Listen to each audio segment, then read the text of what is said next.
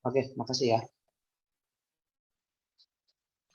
Oke, kita lanjut. Tadi diskusi yang tadi, mohon maaf, ini agak sedikit kendala tadi terkait dengan akun. Oke, saya mulai sekarang. Kembali lagi kita ke share screen yang tadi. Ini saya share screen-nya. Oke, saya izin berbagi layar. Oke, silahkan perhatikan. Tadi yang saya lagi menjelaskan adalah Rahman. Rahman, mana Rahman? Pak, ya Pak. Silahkan jelaskan, Man, gimana korelasinya? Jadi di slide ini ada transkripnya. Menurut saya ini siswa keliru ya Pak dalam operasi aljabar yang berkaitan dengan bentuk kuadrat di kuadrat suku. Dari manipulasinya mah, jadi siswa ingin memanipulasi ataupun ingin mengerjakan soal itu udah bagus, cuman keliru di pengoperasian aljabar bentuk kuadratnya itu Pak. Seperti itu Pak. Oke, kuadrat keliru di situ ya.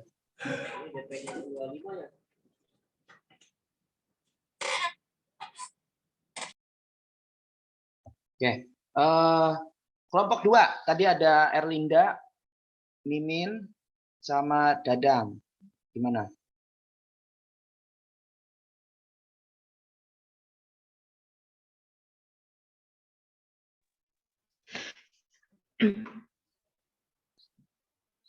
Silakan. Iya, Pak.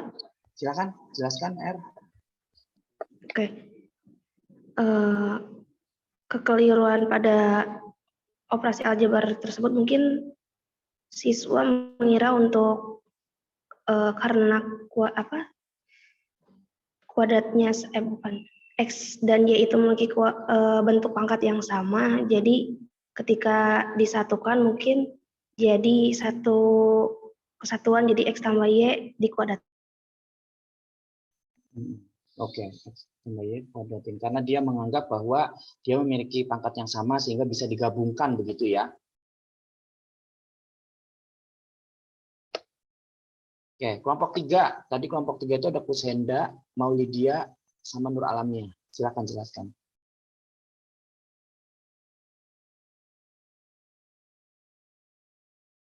Halo, suara saya bisa didengar?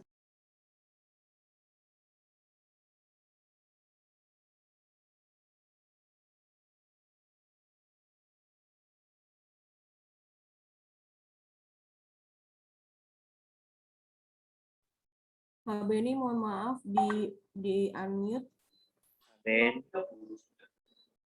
Mohon maaf. Hari ini tadi saya kepental gara-gara sinyal saya tadi bermasalah. Oke. Tadi penjelasan Erlinda cukup. Oke, makasih ya. Ini ada sebuah transkrip ya. Saya coba jelaskan. Oke. Nah, sebetulnya ya yang jadi poin atau keynote daripada bentuk transkrip yang tadi ini ada di teks keempat kalau menurut saya ya. Yang menarik sekali itu ada di teks keempat. Coba kamu perhatikan. Emang sama nggak sih Pak, kata dia, kalau bentuk X ditambah Y yang dikuadratkan ya kan sama saja kayak X kuadrat ditambah Y kuadrat, kata dia begitu. Seingat saya sih begitu, kata dia. Apa sih yang kita bisa simpulkan dari kalimat ini atau dari teks ini? Jadi di sini mungkin siswa itu menganggap bahwa X ditambah Y yang dikuadratkan itu sama saja dengan, ya sama aja X kuadrat ditambah Y kuadrat, begitu ya. Sifat eksponen ini kan berarti sifat bilangan berpangkat kan? Harusnya seperti apa sih hubungan antara sifat bilangan berpangkat yang kita tahu dengan bentuk ini? Harusnya seperti apa?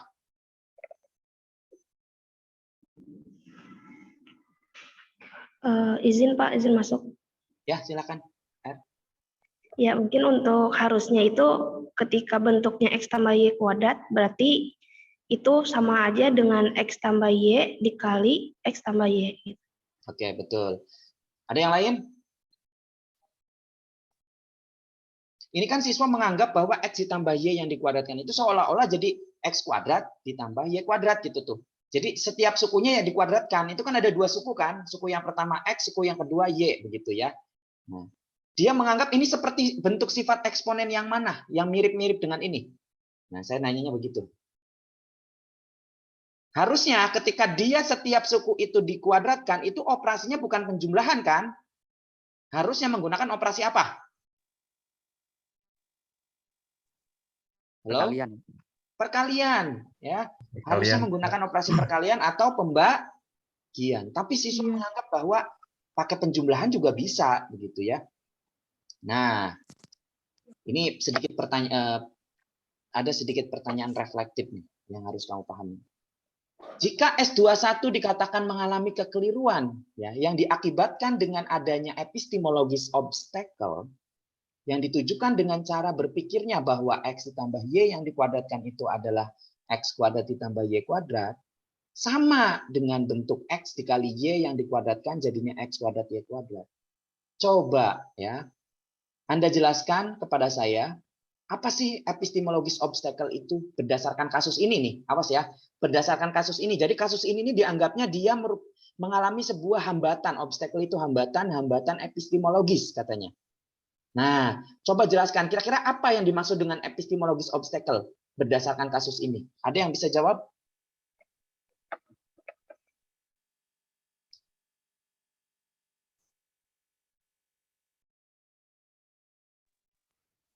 Halo. Halo, gimana? Gus, silakan jelaskan.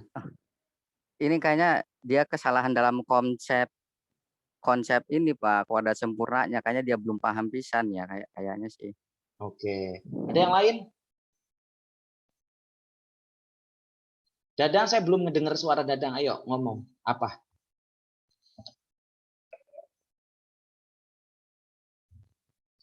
Udah join belum sih dia?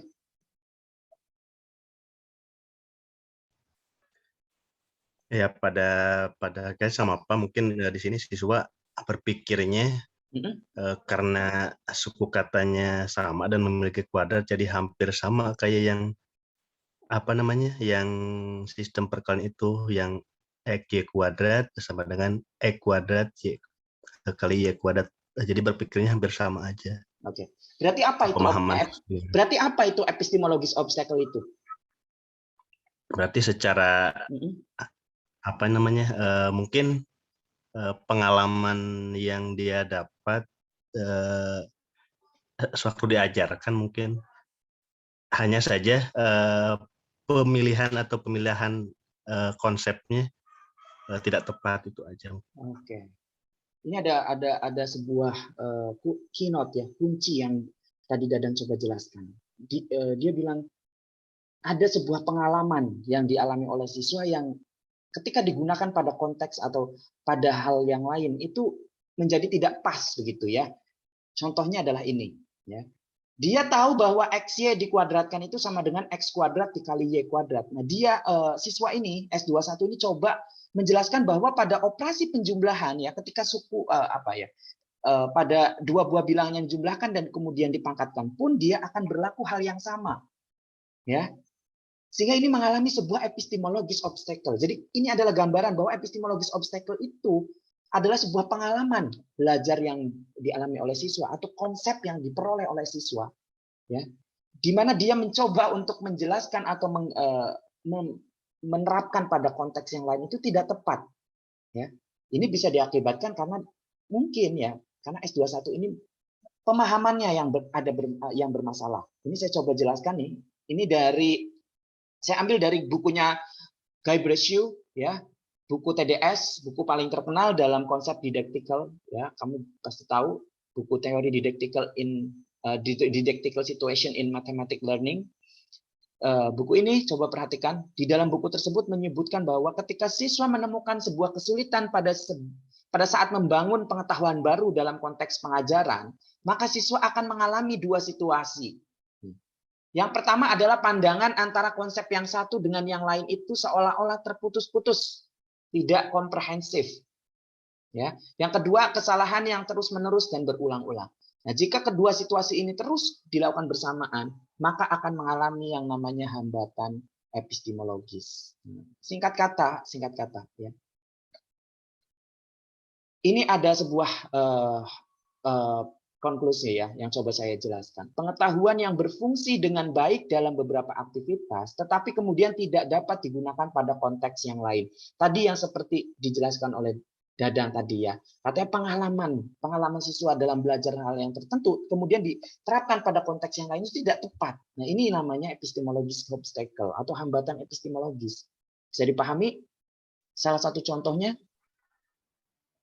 Iya Pak, bisa Pak. Punya gambaran ya, berarti kalau saya tanya, mana sih epistemologis obstacle-nya? Jadi kita bisa tahu, oh iya ternyata seperti ini nih bentuk epistemologis obstacle-nya. Bisa dipahami ya? Oke. Kita lanjut, karena memang bentuk learning obstacle yang kita pelajari minggu kemarin itu ada 3 kan? Ya, sudah tahu. Nah ini saya menjelaskan contoh-contoh pada penerapan secara langsung. Nih. Oke. Kita lanjut ke bentuk berikutnya. Oke. Perhatikan nih.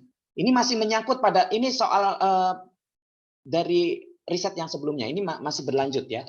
Perhatikan bentuk sajian bahan ajar pada konsep bilangan berpangkat yang diajarkan oleh yang digunakan oleh siswa. Ini bentuk sajiannya. Ya. Ini bentuk sajian bahan ajarnya seperti ini. Nah, sekarang pertanyaannya coba kalian hubungkan penyebab dari S21 mengalami kekeliruan saat menjawab soal dengan bentuk sajian bahan ajarnya. Kira-kira ada nggak korelasinya dari dia mengalami kekeliruan terhadap bentuk sajian bahan ajarnya? Kira-kira ada hubungan nggak? Coba silakan. Karena saya nggak bisa melakukan breakout room ini. Karena ini sudah berbagi pada breakout, jadi nggak bisa di2 kalikan. Jadi mohon maaf. Silakan kita diskusi saja langsung biar agak lebih cepat juga. Silakan, ada yang mau menjawab? Yang belum menjawab silakan. Maulidia, saya tanya. Silakan kamu baca bentuk sajian bahan ajarnya. Ini cukup simpel ya. Kenapa sih siswa yang tadi mengalami kesalahan? Ya. Yang dihubungkan coba dengan bahan ajarnya. Kira-kira ada masalah apa ini dengan bahan ajarnya terhadap dia mengalami kesalahan? Silakan, Maulidia, jelaskan.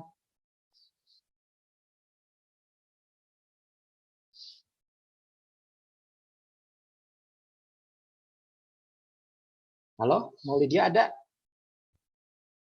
Ada, Pak. Iya, silakan jelaskan.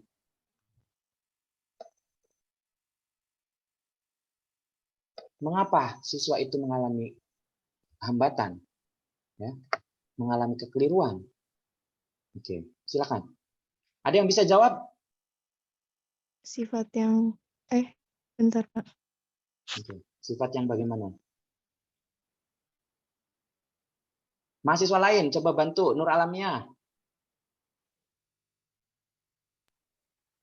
Kayak sifat yang nomor 5 tuh Pak. Dia Sifat yang nomor mikirnya 5. sama dengan konsep, ya konsepnya hampir sama dengan itu pikir siswa sih. Oh, emang ada masalah? Kan benar ini konsepnya. Emang ada masalah apa? Kalau konsep di sininya kan benar, cuman pemahaman siswa tadi dipikirnya ya kita samakan dengan X kuadrat dan Y kuadrat itu sama dengan dalam kurungnya tuh Pak. Pikirnya itu Kira-kira kayaknya mengapa sih kok ya siswa bisa pengalaman. kepikiran menyamakan? Oke. Kenapa sih kok bisa kepikiran siswa menyamakan bentuk yang tadi dengan yang ini? Kenapa kok bisa kepikiran siswa itu menyamakan? Diakibatkan oleh apa menurut kalian? Menurut Anda ini diakibatkan oleh apa? Yang lain, silakan. Kenapa kok siswa bisa kepikiran akhirnya menerapkan bentuk yang sama dengan apa yang dia lihat? Ya, kenapa kok bisa di? Rahman, silakan. Sama, Pak. Kenapa Rahman? Itu yang di sifat ini bentuk ininya sama. Itu kan itu di sifat nomor 5 yang dalam kurung AB pangkat N ya.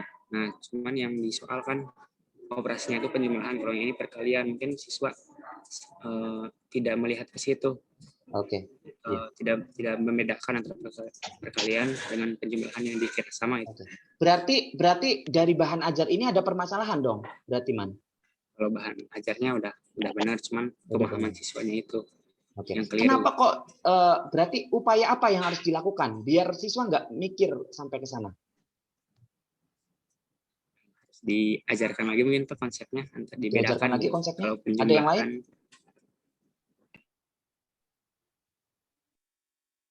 Halo, ada yang lain?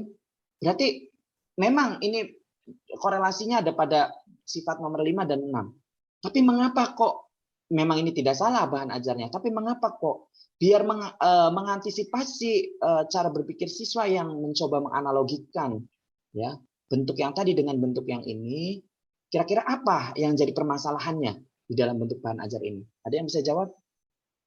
Silakan satu lagi. Siapa yang Mungkin Pak, izin Pak, mungkin silakan. Di sifat-sifatnya ini lebih digeneraliskan lagi ya Pak. Jadi ada semacam penguraian untuk pengoperasiannya. Seperti itu Pak. Oke. Jadi sebetulnya yang tidak ada di dalam bahan ajar ini adalah pengalaman atau proses atau komunikasi informasinya yang menjadi keliru atau yang tidak ada, sehingga itu yang membuat menjadi keliru. Ya, dianggapnya bentuk perpangkatan sesuatu hal yang dioperasikan kemudian dipangkatkan itu ya sama saja, tinggal pangkatkan, operasikan, pangkatkan begitu. Seolah-olah siswa itu memahami cara berpikir yang demikian, ya. Itu karena memang bentuk sajian bahan ajarnya yang langsung begitu ya. Nah, seharusnya seperti apa sih? Harusnya dijelaskan kan? Kalau bentuk ini ada biar apa? Biar siswa mencoba menguraikan.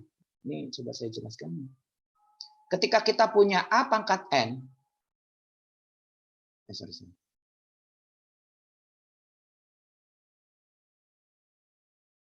A pangkat N dikali B pangkat N, ini proses mencarinya itu ya yang harusnya coba dijelaskan. Oke, ini sepertinya ada bermasalah sedikit. Artinya adalah kenapa sih proses A dikali B pangkat N itu kemudian bisa diperoleh gitu loh kan? Ini kan diperoleh ya sehingga dapat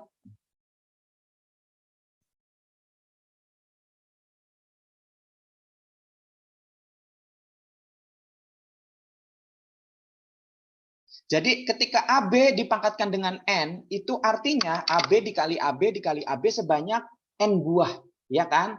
Nah, kalau misalkan ya, yang faktor-faktor dari A, ya faktor-faktor yang A itu dikumpulkan menjadi satu, berarti banyaknya faktor A itu ada sebanyak N buah kan?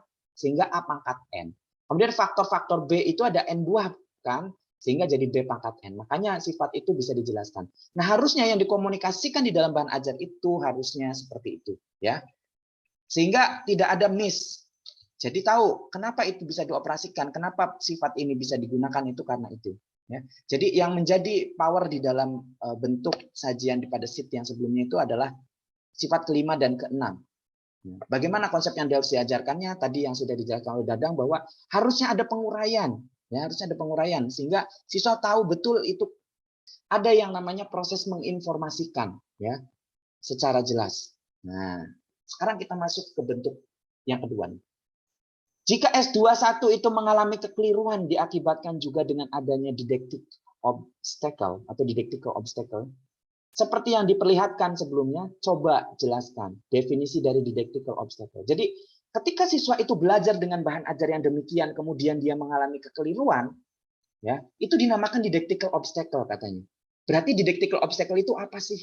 Nah, saya nanya seperti itu. Ada yang bisa jawab? Silakan.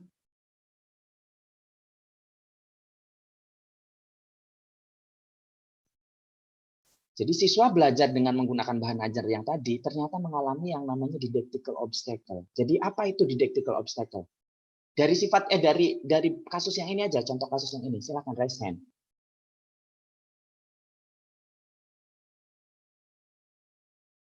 Halo? Ada yang bisa jawab? Apa itu didactical obstacle?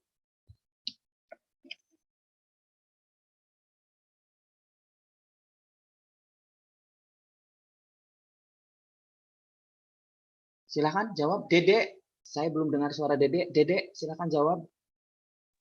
Iya, Pak. Gimana, Dek? Apa yang kamu pikirkan?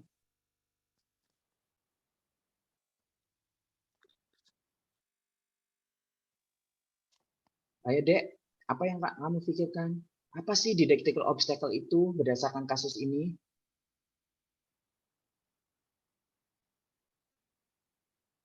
Oke, saya kasih pemancing. Didactical obstacle itu adalah suatu hambatan belajar siswa yang terjadi karena adanya kekeliruan penyajian. ya. Dalam hal ini, desain didaktis yang digunakan siswa dalam belajar dapat menimbulkan kesalahpahaman. Nah, saya tanya sama Dede, bagian yang mana tadi yang menimbulkan kesalahpahaman, Dek? Di dalam itu Pak, apa sih? Keliruan soal, pemahaman Keliruan siswa, soal.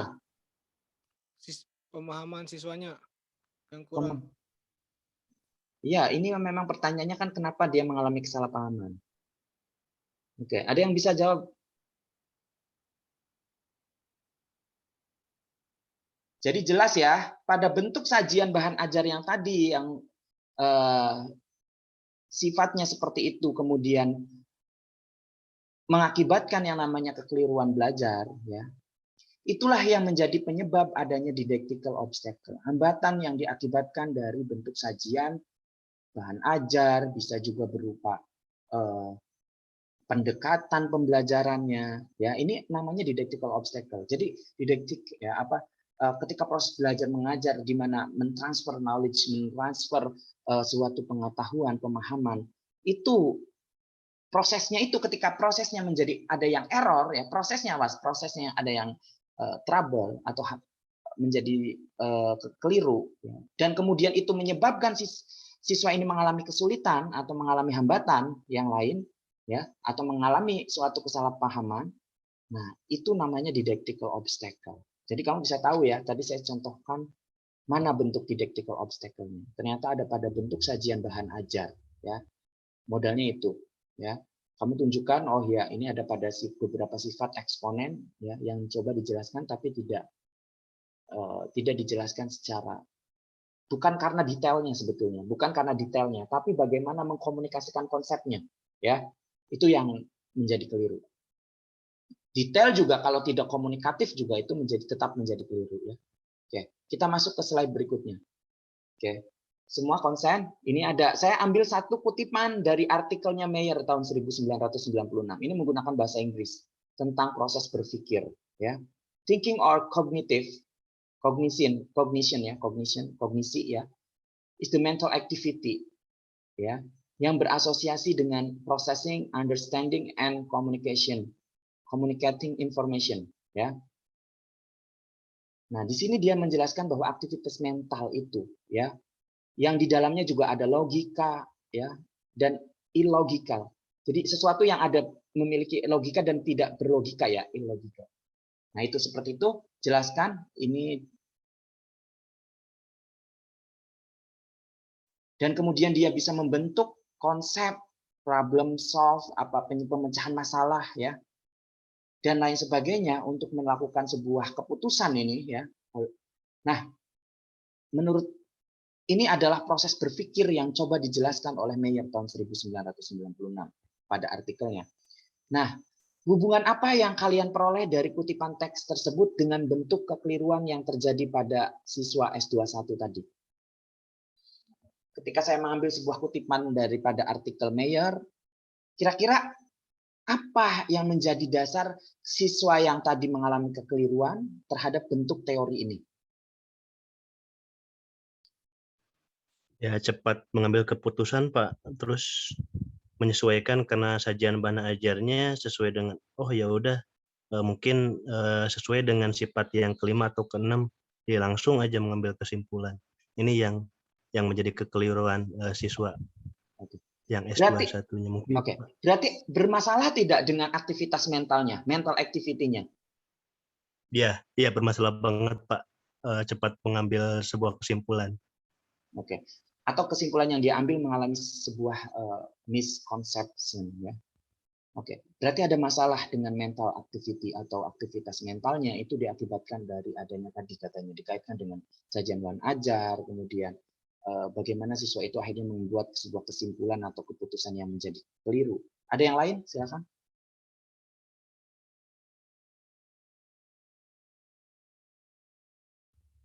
Ada yang lain?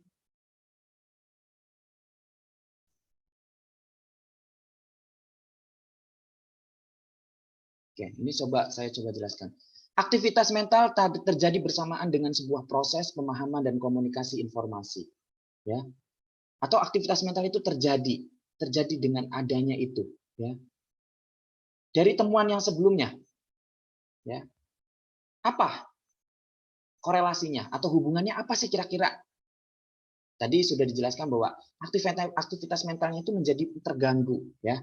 Aktivitas mental siswa dalam belajarnya menjadi terganggu, ya kan? Nah, komunikasi informasi sudah ditujukan pada bentuk sajian bahan ajarnya, ya, di mana tidak mengkomunikasikan daripada informasi yang diberikannya itu hanya informasi yang sifatnya prosedural, ya, hanya mengingat saja, jadinya tidak ada komunikasi di dalam bentuk sajian itu, meskipun kita tidak tahu bagaimana gurunya menjelaskan itu, ya. Oke. Saya kaitkan dengan salah satu bentuk hambatan belajar. Ya, ini hambatan belajar yang terakhir, yaitu adalah ontogenical obstacle. Dalam setiap tahap perkembangan manusia ada tugas-tugas yang harus diselesaikan sesuai dengan periode tertentu. Membangun pengetahuan dalam proses pembelajaran juga sudah sepantasnya mengacu pada kemampuan dan tujuan perkembangan yang sesuai dengan usia anak. Ya.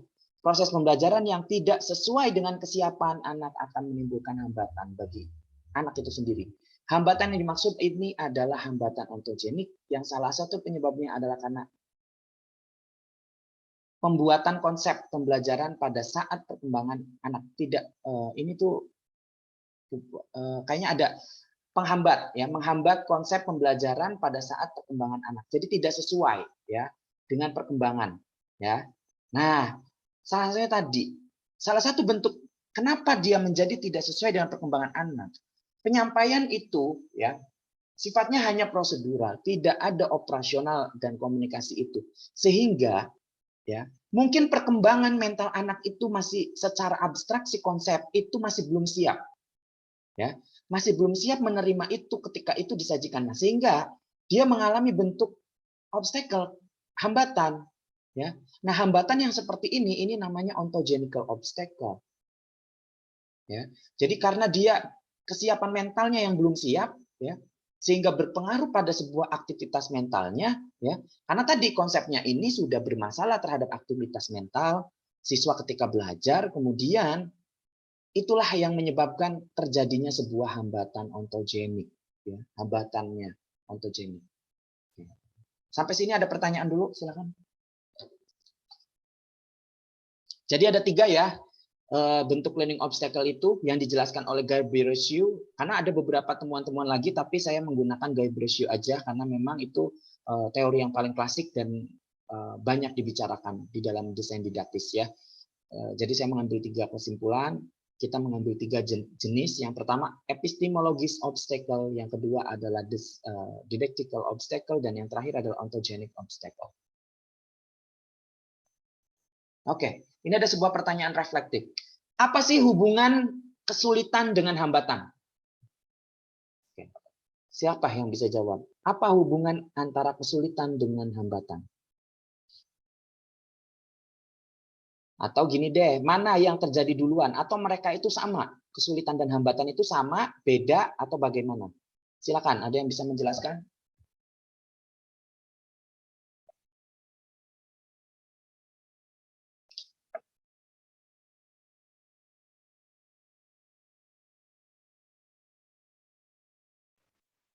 Mohon izin Pak, mungkin untuk hubungannya memang saling keterkaitan, hanya ini lebih dulu mengalami hambatan mungkin. Terus apakah itu siswa lebih bisa memecahkan masalah ataupun tidak? Kalau seumpamanya tidak, mungkin larinya ke hal kesulitan itu. Seperti itu mungkin Pak. Oke, terima kasih. Yang lain? Yang lain silakan.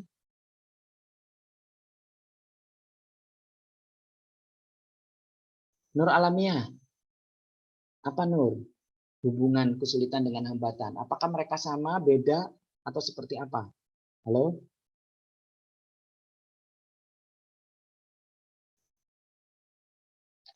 Oke. Tadi pesan dari Dadang, katanya mereka berbeda tapi memiliki keterkaitan, ya. Katanya kalau hambatan itu, kalau misalkan dia bisa diselesaikan, maka tidak terjadi sebuah kesulitan. Tapi kalau Kalau tidak ada penyelesaian atau clearance, jadi tidak diselesaikan hambatan itu, maka akan terjadi sebuah yang namanya kesulitan. Oke, ini ada sedikit gambar ya. Apakah mudah membuka baut itu? Oke, saya tanya, kira-kira kalau saya punya gambar seperti ini, kira-kira mudah nggak buat membuka bautnya? Sulit, Pak. Sulit. Ada Perlu agak sulit. Sulit ya, sulit. Sulitnya kenapa kira-kira? Karat. sudah berkarat. Karat, Pak. Berkarat. Oke, terus apalagi nih yang bisa kita lihat selain berkarat, apalagi? Ya bisa juga mungkin orangnya tidak punya alatnya ya untuk membuka, juga itu kan sulit. Kalau pakai tangan kan nggak bisa. Orang gambarnya cuma disajikan begitu, ya kan? Nah, artinya apa? Kesulitan tadi kita bisa gambarkan sebagai cara kita membuka baut ini nih sulit. Itu kesulitan. Nah, kesulitannya kenapa? Kamu tadi jawab, karena adanya karat, Pak, di sana. Itu akan menghambat. Nah, berarti baut yang karatan ini ya, karat itu adalah salah satu hambatannya dalam kita melakukan dalam membuka baut itu. Jadi korelasi atau analogi daripada hubungan kesulitan dengan hambatan itu bisa dijelaskan melalui gambar ini ya. Jadi kamu sulit membuka baut ini karena adanya hambatan. Salah satu hambatannya itu adalah bentuk karat atau adanya karat pada baut itu ya. Itu mungkin seperti itu. Oke.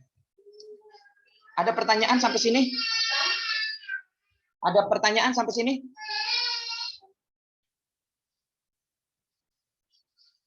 Silakan. Jadi kita bisa simpulkan apa itu epistemologis obstacle? Oke. Siapa yang bisa menyimpulkan apa itu epistemologis obstacle, apa itu didactical obstacle, dan apa itu ontogenic obstacle? Silakan. Ada yang bisa menyimpulkan? Silakan, simpulkan. Salah satu mahasiswa. Ayo dong, ini dari 2.781 mahasiswa, masa nggak ada yang mau menyimpulkan konsep hari ini? Mas Gus Henda, Pak. Mas Gus. Oke, suaranya coba dikeluarkan. Gus Henda, coba simpulkan. Kalau untuk epistemologi sih mungkin ini Pak, pengalaman belajar yang didapatkan itu konsepnya dipaksakan ke materi berikutnya kalau untuk epistemologis gitu ya. Oke. Kalau didaktikal? Kalau didaktikalnya sendiri adalah kesulitan mungkin dari konsep materi ajar yang diberikan guru itu tidak dipahami oleh siswa gitu loh Pak. Oke. Sedangkan apakah hanya sekedar materi ajar? Ya, bukan dari materi ajar juga sih sebenarnya, dari penyampaian guru gitu loh. Harusnya kan secara rinci dia ngejelasin, ibaratnya konsep ini tidak bisa ditaruh ke konsep ini gitu. Intinya materi ini tidak bisa dirumus di materi ini, tidak bisa kita terapkan di materi selanjutnya gitu. Jadi berbeda rumusnya gitu loh Pak. Oke. Yang terakhir, ontogenic. Kalau untuk ontogeniknya adalah kesiapan mental siswa sendiri. Jadi dia belum menguasai materi sebelumnya, tapi secara fisik ya intinya sih dia belum memahami materi sebelumnya secara utuh, tapi diterapkan kepada materi yang diajarkan sekarang itu. Jadi sebelumnya dipaksain gitu loh Pak. Oke. Kemungkinan kayaknya seperti itu. Oke. Terima kasih. Ada yang lain? Silakan. Oke, saya rasa tadi kesimpulannya cukup jelas ya. Kita lebih baik menyimpulkan konsep-konsep yang ada di dalam konsep ini itu menggunakan bahasa kita sendiri, karena memang ini cukup operasional, karena bukunya Guy Bressio-nya sendiri itu buku British ya, dia ditulis dalam bentuk bahasa Inggris. British itu cukup sulit dipahami ya.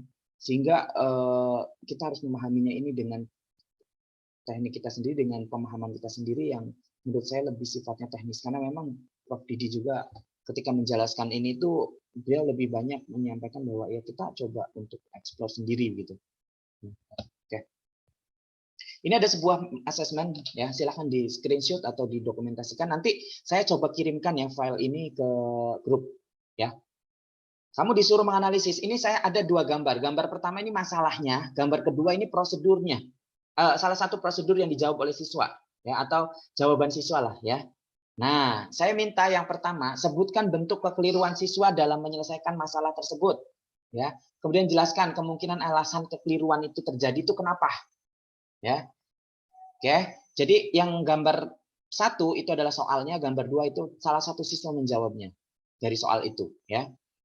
Kamu disuruh menganalisis ini ada kekeliruan tidak. Nah, kalau ada kekeliruannya ini jelaskan kira-kira alasannya, kemungkinan alasannya dia mengalami kekeliruan itu apa, kenapa ya.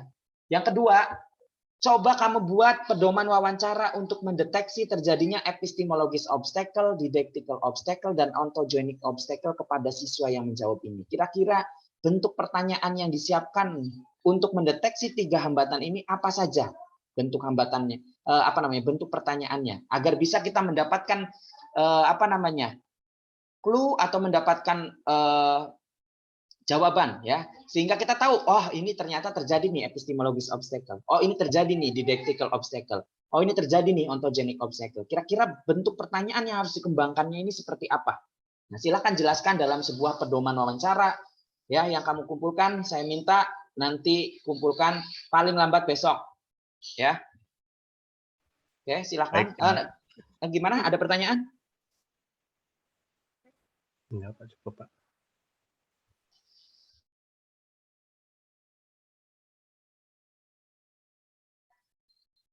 Oke, ada Izin, pertanyaan? Pak, ini ada punten, Pak. Iya. Itu kan tadi pedoman wawancara, maksudnya wawancara yang gimana, kita ke siswa atau kita membuat Wawancara pertanyaan ke aja? siswa yang ini, wawancara ke siswa yang ini, paham nggak?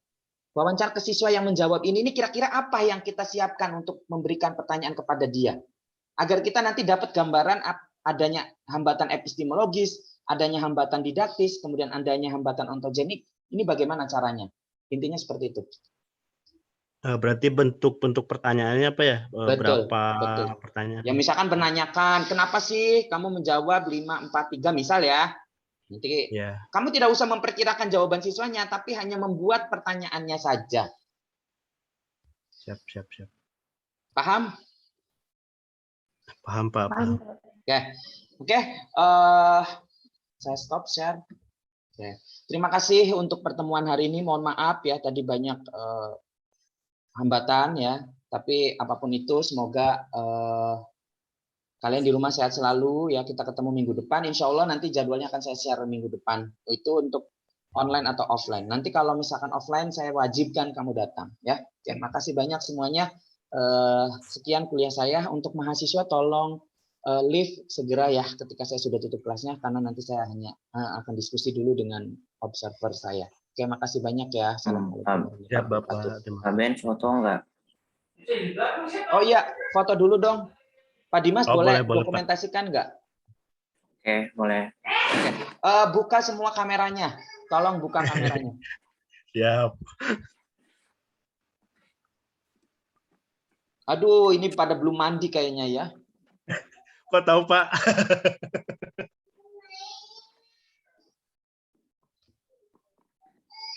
Oke, silakan Pak Dimas. Sudah? Ada yang belum? Ya udah, nggak apa-apa Pak Dimas, daripada kelamaan. 1, 2, 3. Oke, makasih semuanya. Silakan live ya. Ya, Pak, sama-sama. Assalamualaikum. Waalaikumsalam. warahmatullahi wabarakatuh.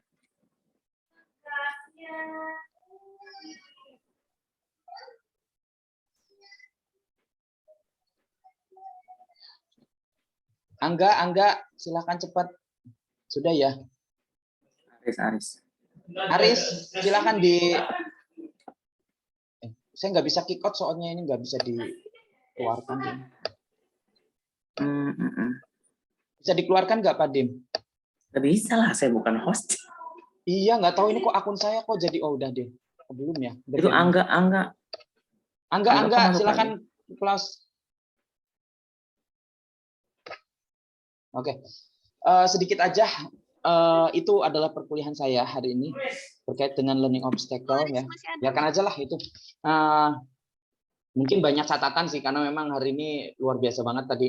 Gak tahu kenapa kok akun saya pas pindah ke sini kok jadinya basic lagi ya. Saya nggak tahu, tapi nanti saya coba operasikan lagi. Saya ngomong ke yang kemarin ngotak-ngatiknya, saya nggak tahu ini kenapa ya. Jadi saya nggak tahu kalau akun saya basic jadinya tadi tuh 45 menit. Jadinya Iya, udah keluar ya. Tapi ada Ya. breakout aja, Mas. Hah? Ada breakout kan tadi? Iya, anehnya sebelumnya? itu saya juga kok saya bisa breakout, tapi kok nggak bisa ke sana itu. Basic. Apakah basic juga bisa breakout ya? Nggak bisa. Basic itu nggak bisa breakout. Yang bisa breakout itu Makanya saya cuman aneh ini. itu. Apa karena tapi pas saya cek di HP kok jadinya basic juga di HP saya. Lah, sih. Dan Apa ya? yang anehnya lagi itu adalah meeting ID-nya itu berubah. Oh. Makanya pas di awal itu nggak bisa masuk karena saya pakai meeting ID yang lain, yang baru, Bapak Ibu masuk yang lama, jadinya nggak bisa masuk. Iya. Itu. Oke, ya udahlah, it's okay, itu udah gimmick ya. Alhamdulillah. Silakan catatan aja buat dari Bapak Ibu deh untuk mata kuliah saya, karena mungkin tadi mata kuliah saya mahasiswa saya agak sedikit pasif di awalnya. Soalnya harus memang dipancing sama dosennya yang banyak ngomongnya. Mungkin karena keserap karena saya semua. Dosennya terlalu galak ngomongnya ya. Aduh ya Allah. Oke. Ini- Sebentar saya matikan recordnya aja deh.